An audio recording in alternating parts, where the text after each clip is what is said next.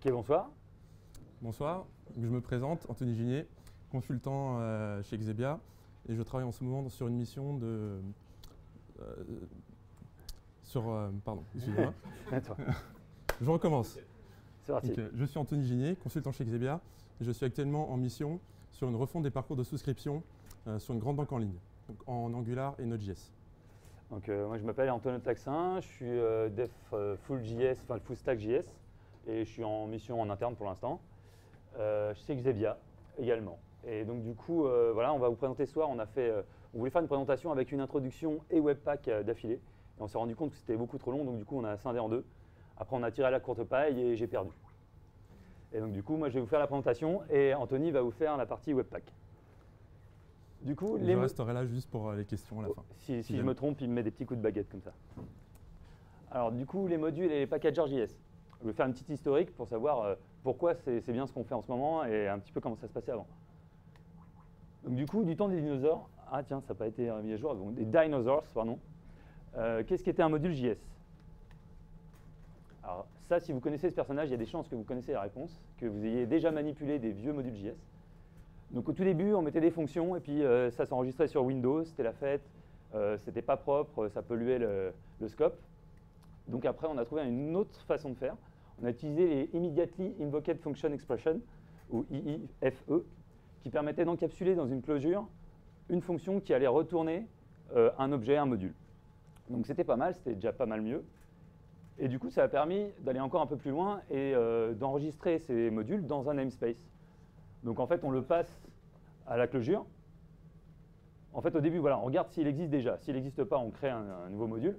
S'il existe déjà, on va le passer à la closure et on va pouvoir enrichir le scope de ce namespace avec d'autres méthodes. Et donc, du coup, on pouvait séparer en plusieurs fichiers et enrichir un namespace commun. C'était pas mal. Et j'ai mis un petit peu à chaque fois de la lecture si vous voulez continuer à creuser. Après, par contre, le problème, c'était comment on faisait pour gérer les dépendances. Donc, il y a eu quelques tâtonnements avec plusieurs essais consécutifs. Le premier, on n'avait pas le choix, on mettait tout dans le HTML. Donc on faisait des scripts comme ça, les uns à la suite des autres. Il y avait deux styles. Il y avait le premier, c'était on met tout dans la head. Donc du coup, il fallait attendre que tous les scripts soient chargés pour pouvoir commencer à exécuter le DOM. Donc c'était pas terrible. Et puis il y a en asynchrone, si on le met à la fin du body, donc pendant que le DOM se charge, les modules se chargent en asynchrone petit à petit. Donc c'était pas mal, on pouvait même mixer les deux, mettre ceux qu'on voulait vraiment charger avant dans le head, etc. C'était pas mal, mais maintenant il ne faut plus le faire.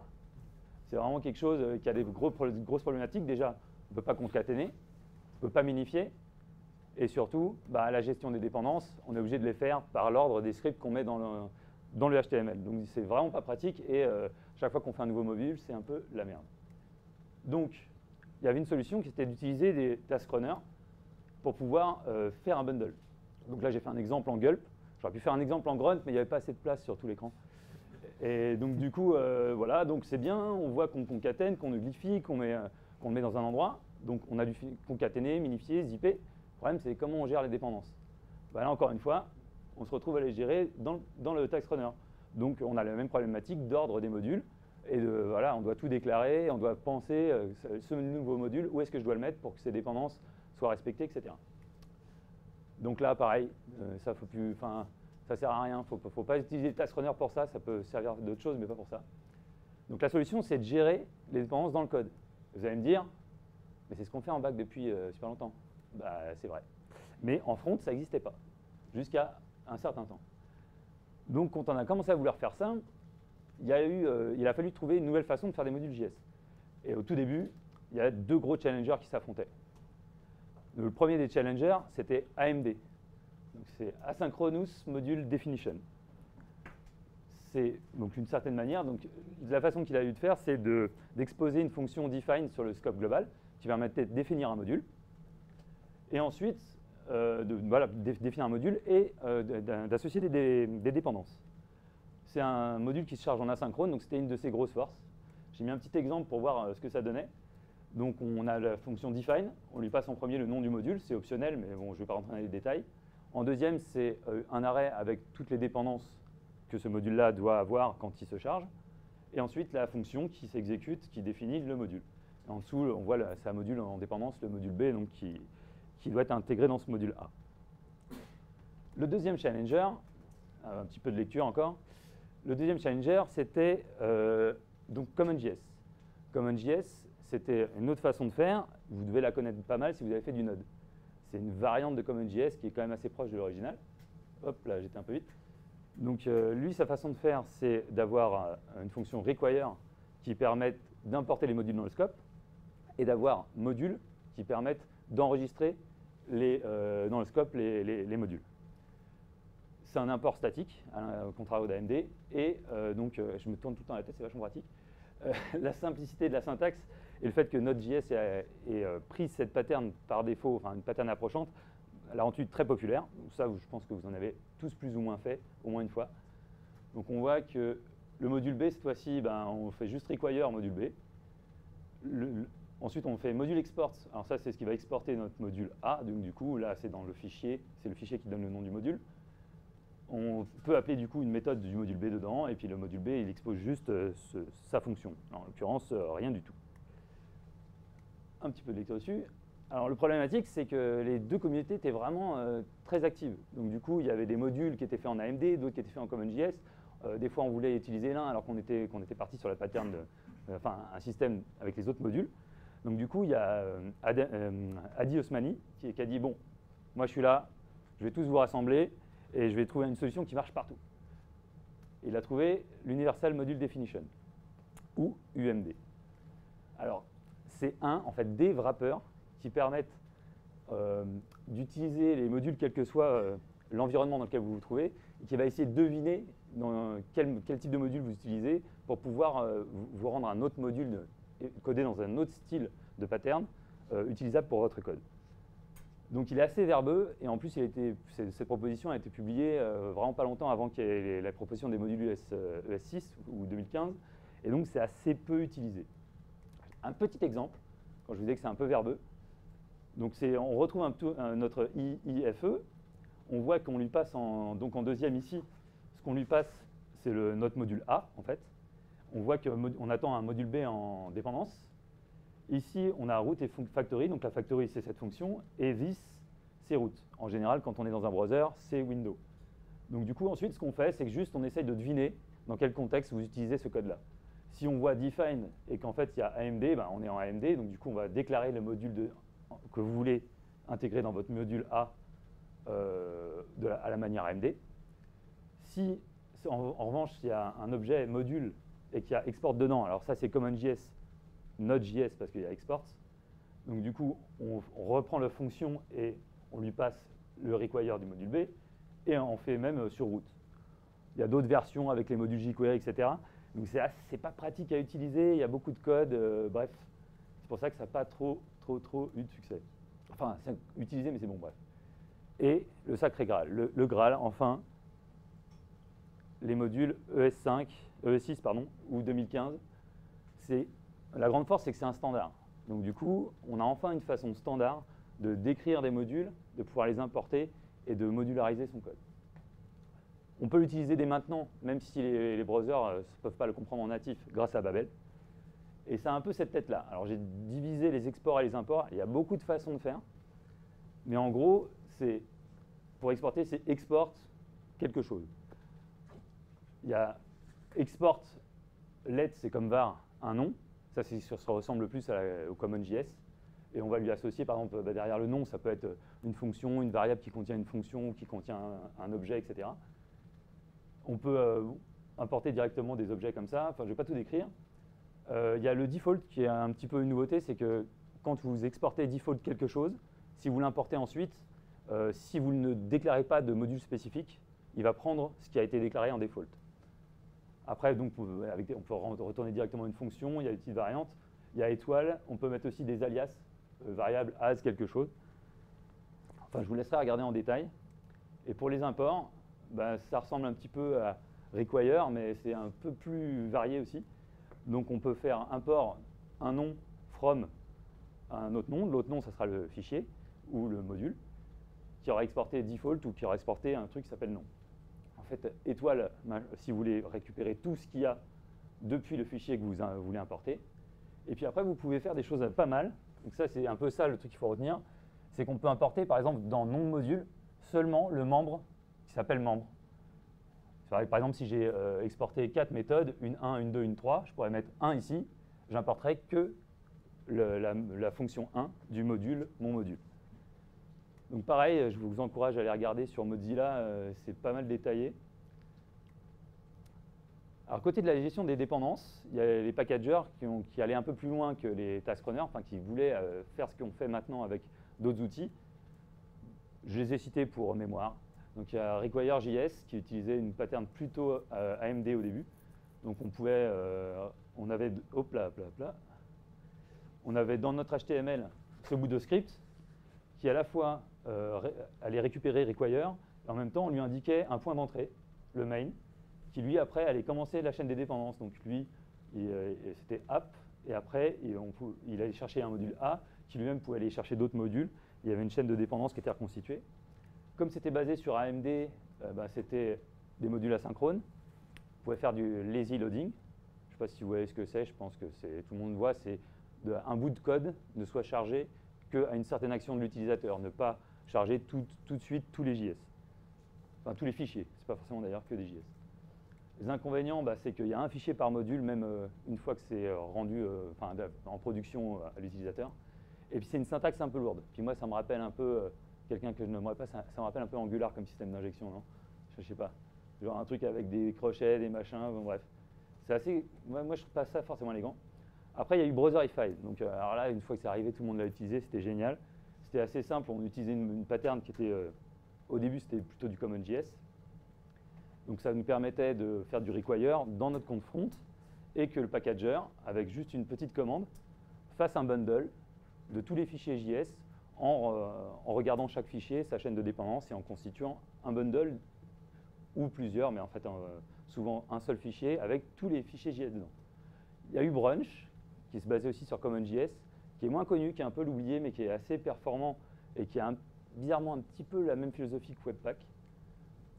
Les plus, les moins, c'est une syntaxe très simple par rapport à AMD. Et puis ça se bundle et ça se unifie avec une commande très très rapide.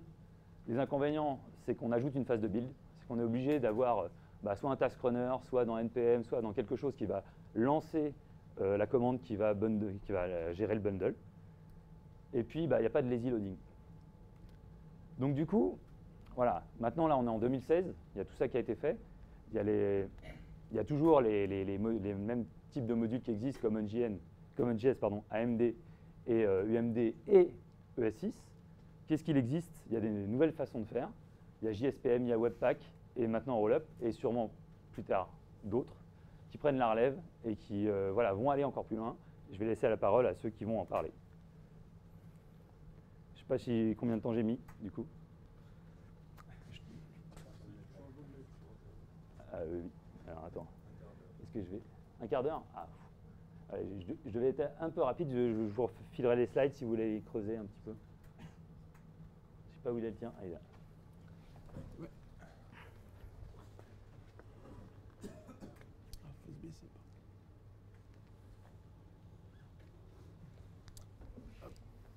Donc, du coup, je vais vous présenter Webpack. Tous les slides sont disponibles à l'URL qui est ici. Et tous les exemples que je vais présenter sont aussi disponibles sur ce repo. Donc voilà, si jamais ça vous intéresse, je remettrai le lien en commentaire du meetup. Donc Webpack, qu'est-ce que c'est? Alors, pour ceux qui ne savent pas lire en anglais, Webpack, ça prend des modules, quels que soient les types de ces modules, que ce soit du JS, HTML, etc. Et il est capable de comprendre ces dépendances et à partir du coup de cet ensemble de modules, de vous générer un bundle. On va commencer par un exemple très simple. J'ai mon index.html, donc c'est mon fichier HTML racine, c'est notre template de base. Un fichier JS racine, celui de mon application, ici ça sera le app.js, ça sera un peu l'équivalent du main si vous faisiez du back. Un fichier JS, celui d'un composant, donc c'est celui que j'ai appelé myfoo.js. Donc du coup, mon application, elle va utiliser ce composant. Voilà.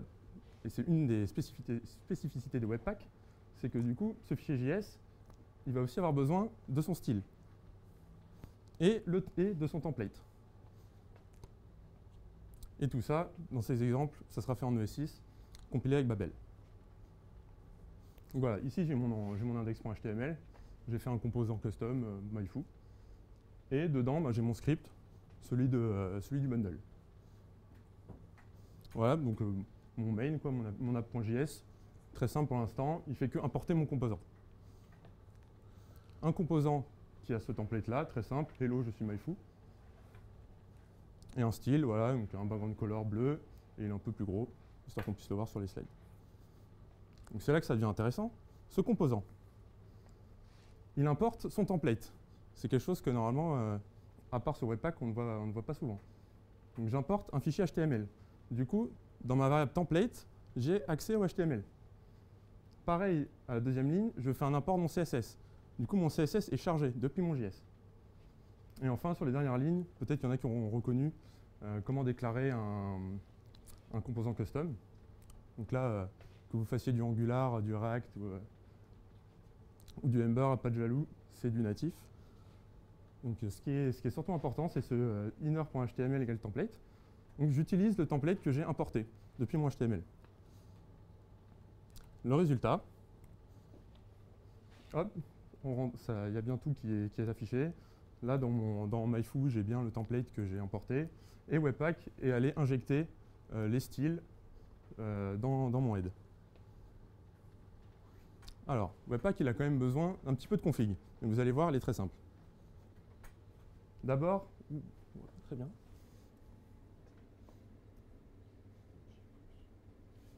Si vous voyez, hop. Hop. Hop. Ça ira. Voilà, donc déjà, juste, simplement, le contexte de mon app. Donc c'est la racine. Ensuite, le point d'entrée. Voilà. Bon, je vais essayer d'expliquer en même temps du coup. Donc le point d'entrée de mon app, ici c'est mon app.js, c'est l'équivalent de mon main. Hop, je vais dézoomer là. Ensuite, j'ai besoin d'un Webpack qui sait quels les fichiers qu'il doit prendre, il doit aussi savoir où est-ce qu'il doit mettre le bundle. Donc je déclare au départ le pass absolu de mon output, c'est juste l'endroit sur lequel j'ai envie de mettre mon bundle, le nom de ce bundle, et enfin l'URL de l'output, donc c'est-à-dire l'URL à laquelle je sers ce fichier, ce dossier. Je reviendrai là-dessus plus tard. Et enfin Webpack, nativement, il n'est capable d'importer que des fichiers JS. Si vous voulez importer des fichiers HTML ou CSS, il faut lui préciser ce qu'on appelle des loaders. Par exemple, ici, grâce à une regex, on dit à Webpack, si jamais tu rencontres un fichier HTML, tu utilises le loader HTML. Et c'est une pattern qu'on va retrouver tout le temps dans Webpack, à chaque fois que vous voulez importer un nouveau type de fichier. Donc là, par exemple, vous voulez importer un fichier CSS, vous lui dites loader style et CSS. Ici, c'est particulier, comme on fait de l'ES6, on a besoin d'utiliser le loader Babel. Donc je lui dis, pour tous les fichiers JS qui ne sont pas dans notre module, c'est le exclude, tu utilises le loader Babel.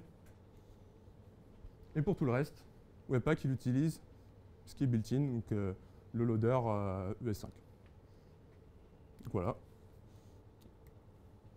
Du coup, pour lancer Webpack, c'est compliqué. Webpack. Si jamais vous avez besoin des sources maps, donc vous voulez lancer Webpack en développement, vous pouvez faire Webpack-D, avec éventuellement --watch. Si vous voulez que Webpack watch les fichiers, et du coup relance la compilation dès que vous changez un de vos fichiers du bundle. Et vous avez Webpack-P pour lancer de la modification et quelques optimisations. Donc on peut aller un petit peu plus loin avec Webpack. Par exemple, quelque chose qui se fait énormément, vous voulez déplacer les styles dans un fichier à part. Ici, Webpack, il a chargé les styles dans mon head, mais j'ai envie que ça soit au chargement de ma page que j'ai tout de suite mes styles, que ce ne soit pas au JavaScript de le faire. C'est très simple. J'utilise ce qu'on appelle le extract text plugin. C'est juste qu'il va extraire mon CSS et le mettre dans un fichier. Donc la syntaxe, voilà. Je déclare un plugin et je le rajoute dans mon loader. Et évidemment, je le rajoute dans mon HTML. C'est tout simple, il suffit de faire ça. Je peux aussi avoir envie de linter mon code. En plus des loaders, on a ce qu'on appelle les préloaders. C'est exactement la même chose, sauf qu'ils vont être exécutés avant. Donc il y a un loader ESLint qui est capable de comprendre les modules ES6. Donc vous avez juste à le déclarer ici pour les fichiers JS. Vous aurez du lint. Pareil, si vous voulez zipper le bundle, juste un simple plugin, vous le rajoutez dans la liste des plugins, et il va en plus de votre bundle générer le même, mais avec un mais zippé. Voilà. Si jamais vous avez des images dans votre HTML, votre CSS, par exemple vous avez un background image, ou dans vos fontes, vous avez des web fonts custom, etc. Ça, c'est un peu des dépendances cachées. J'ai besoin dans mon template d'afficher une image. Soit si je mets un lien dans mon SRC vers une image, c'est une dépendance qui est cachée et Webpack n'est pas capable de le comprendre comme ça. Mais ce qui est génial, c'est que les loaders HTML et styles, ils sont capables de reconnaître ces dépendances qui sont dans les images ou les backgrounds d'images. Par exemple, ici dans mon tag image, dans mon SRC, je ne vais pas mettre une URL, mais je vais mettre un pass relatif dans mes sources. Donc ici, par exemple, dans ce template-là, j'aurai au même niveau dans mon file system une image qui s'appellerait myfoo. Pareil pour des fontes. Et on les charge grâce au loader finalement qui est le plus générique, qui s'appelle le file loader. Tout ce qu'il fait, c'est qu'il va prendre vos fichiers et les déplacer. Donc là, exactement de la même façon, j'ai un test sur PNG, sur ma fonte. Là, petit truc custom, j'ai ajouté un nom. Donc ça me sert juste de les déplacer, pas directement dans mon dossier distant, mais de rajouter en plus un dossier image ou un dossier fonte. Donc le name et ext, c'est juste le nom et l'extension du fichier. C'est là que l'URL à laquelle vous servez vos fichiers est importante. Parce que Webpack, il a besoin de savoir à quelle URL vous allez le servir. Puisque, du coup, il préfixe les URL par ce public path. Du coup, le résultat sera peut-être plus parlant. Mon image qui était, mon tag image dans mon template, qui au départ était un lien dans mes sources, devient du coup un lien qui, lui, est compréhensible par un browser. Donc là, ça devient dist/image/myfoo.png qui, lui, sera servi par mon serveur. Waouh! C'est magique. Si jamais je vais ajouter un hash au bundle, c'est notamment utile pour le cache. À chaque fois que je vais modifier mon bundle, du coup, ça va changer le hash. Pareil, c'est assez simple. Ou dans mon nom, le nom de mon application au niveau de l'output, je rajoute un petit hash. Je require, voilà, pareil, un petit plugin que j'ajoute. Je lui dis en gros, ce plugin, ce qu'il fait, c'est qu'il va me rendre des informations sur l'étape de build. Et il y a une information particulièrement importante dedans, justement, ça va être le nom de mon bundle. Donc maintenant que j'ai un JSON avec le nom du bundle généré, j'ai plein de façons après de le récupérer. Donc, par exemple, ici, on utilise une librairie de templating, Moustache, qu'avec un script, on compile. Et du coup, on le voit pas très bien. Mais ici, hop, dans mon SRC, je récupère bien le nom de mon bundle. Vous pouvez aussi le faire si jamais vous faites du back, etc., d'avoir un service qui vous rend ça, etc. Si vous voulez compiler des fichiers SAS, c'est pareil si vous voulez compiler du less, etc., évidemment. C'est toujours en fait la même pattern, hein, c'est du test, vous testez sous un fichier SCSS. Et pareil, là du coup, vous pipez les loaders, passez par le SAS, puis CSS, puis style. Hop. Et si jamais vous avez besoin d'ajouter les source maps, là c'est un petit truc supplémentaire, le webpack-d suffira pas, il faut bien préciser, point d'interrogation source map. Alors quelque chose qui se fait beaucoup, c'est de séparer les libs ou les vendors de votre bundle. C'est surtout utile pour le cache, puisque vous allez faire évoluer votre application souvent, alors qu'a priori vos libs, jQuery, Angular, React, etc., vous allez peu souvent les toucher. Du coup, quand vous mettez à jour votre application, vous n'avez pas envie que vos nouveaux utilisateurs retéléchargent vos librairies. Donc ça, c'est assez simple avec Webpack. Vous rajoutez un point d'entrée aux vendors.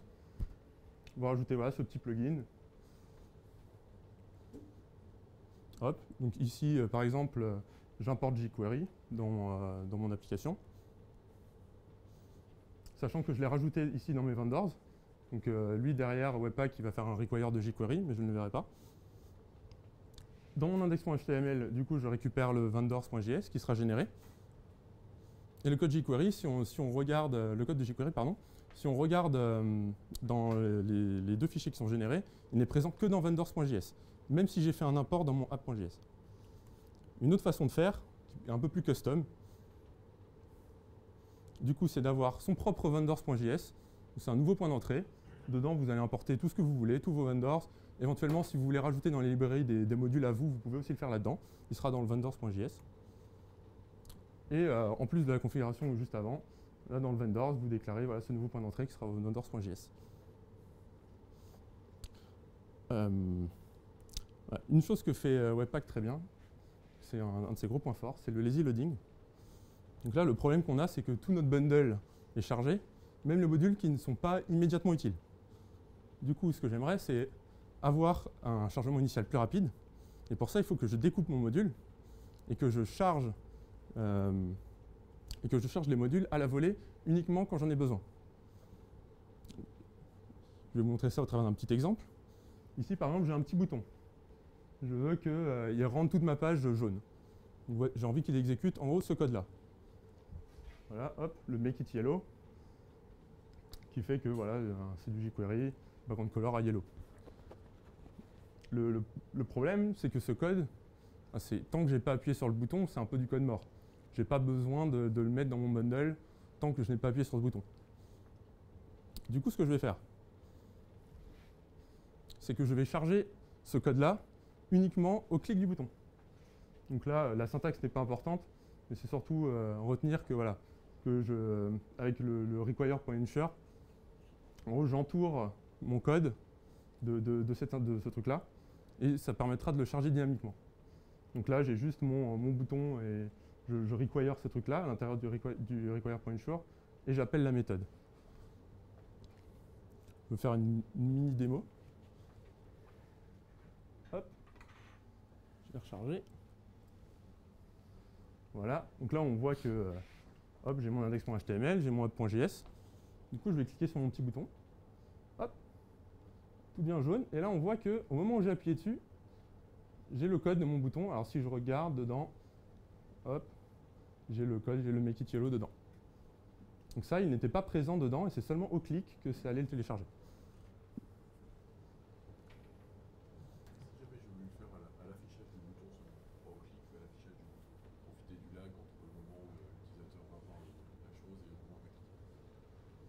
À l'affichage du bouton, c'est possible. Il faut juste que du coup, l'exécution du require.ensure, il se fasse, tu arrives à le faire au moment de l'affichage. Il faut juste appeler cette méthode-là au bon moment. Donc enfin, pareil, un des gros points forts de Webpack par rapport aux autres packagers, c'est la possibilité de mettre en place un serveur de dev purement qui sert à servir des assets et qui met à jour le browser à chaque changement de vos fichiers sources. C'est ce qu'on appelle le Webpack Dev Server. Donc voilà, après l'avoir installé, une petite ligne de commande. Hop. Les serveurs démarrent, les assets sont compilés et sont chargés en mémoire et non pas en file system. Ça lui permet d'être plus rapide. Et les modifications, quand vous modifierez vos fichiers, se feront soit à chaud directement dans le navigateur, sans rechargement de la page quand c'est possible, notamment pour les styles. Sinon, en live reload, donc votre navigateur se rechargera tout seul. Hop, petite démo, pareil. Donc, hop.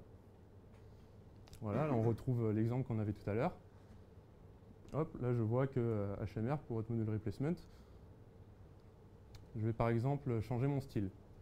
Le style, ça tombe bien, c'est quelque chose qu'il est capable de changer à chaud. Donc par exemple, je vais passer à red. Je sauvegarde, hop, et là je vois, hop, il a updaté mes modules, il n'a pas rechargé la page, j'ai pas perdu mon contexte. Donc c'est assez pratique. C'est avec le Webpack Dev Server. Ouais.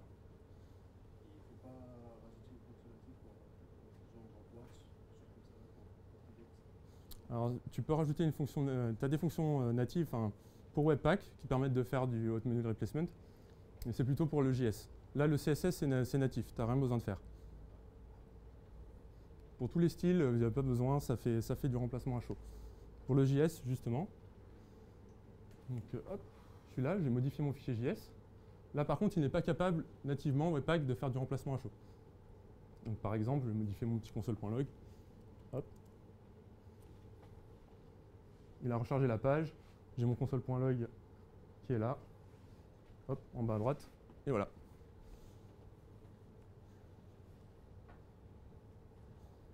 Hop. Et enfin, pour ceux qui font du React, il y a un loader React qui permet de faire ça bien en natif. Donc c'est quelqu'un qui justement a déjà écrit ces trucs-là, ces trucs Webpack pour faire du rechargement à chaud. Donc si vous l'utilisez, si vous utilisez React, c'est vachement pratique. Du coup, au final, en conclusion, pour moi, Webpack, c'est quelque chose qui convient à tous les projets. Hop.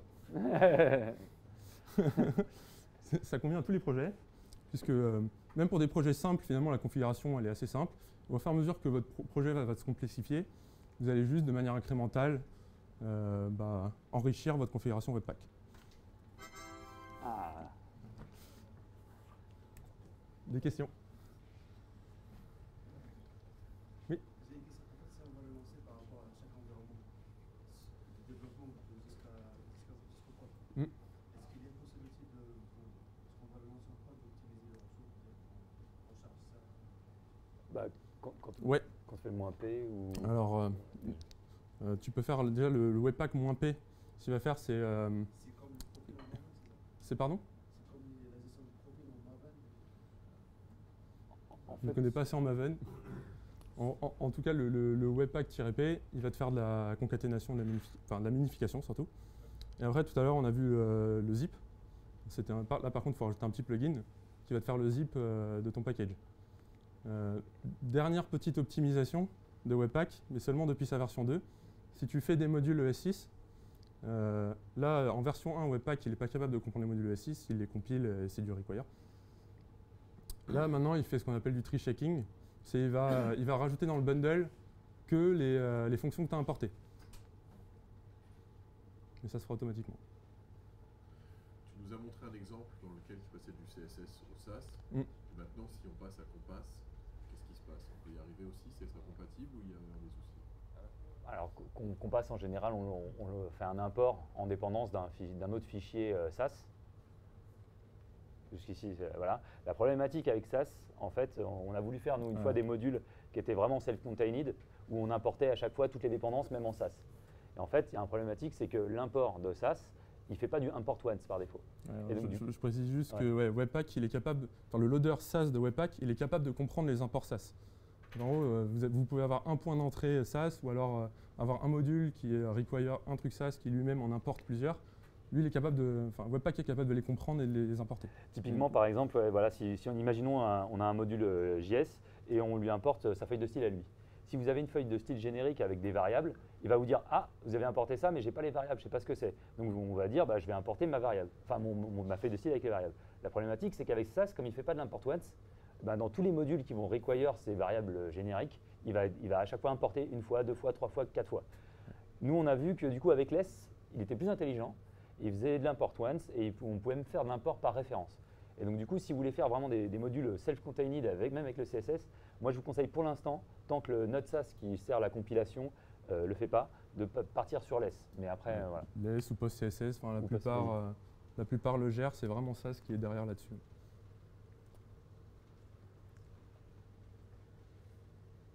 D'autres questions?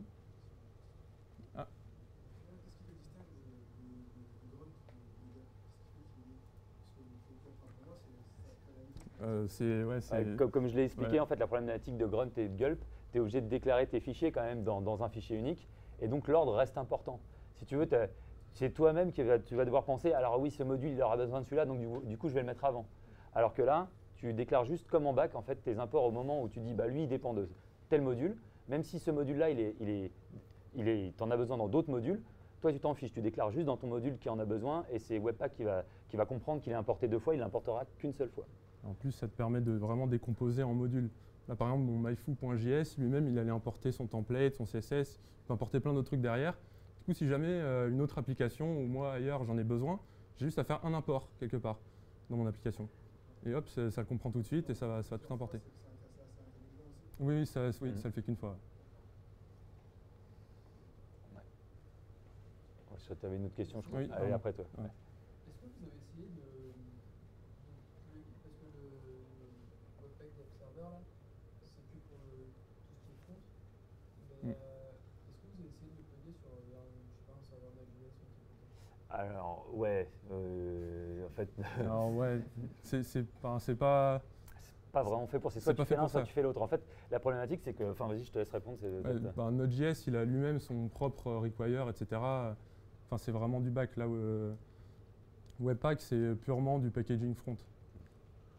Tu n'auras pas des imports de HTML, etc. dans ton code Node.js. Tu n'auras vraiment que du JS. En tout cas, on n'a pas essayé de. Non, on n'a pas essayé de faire ça. Mais pourquoi pas.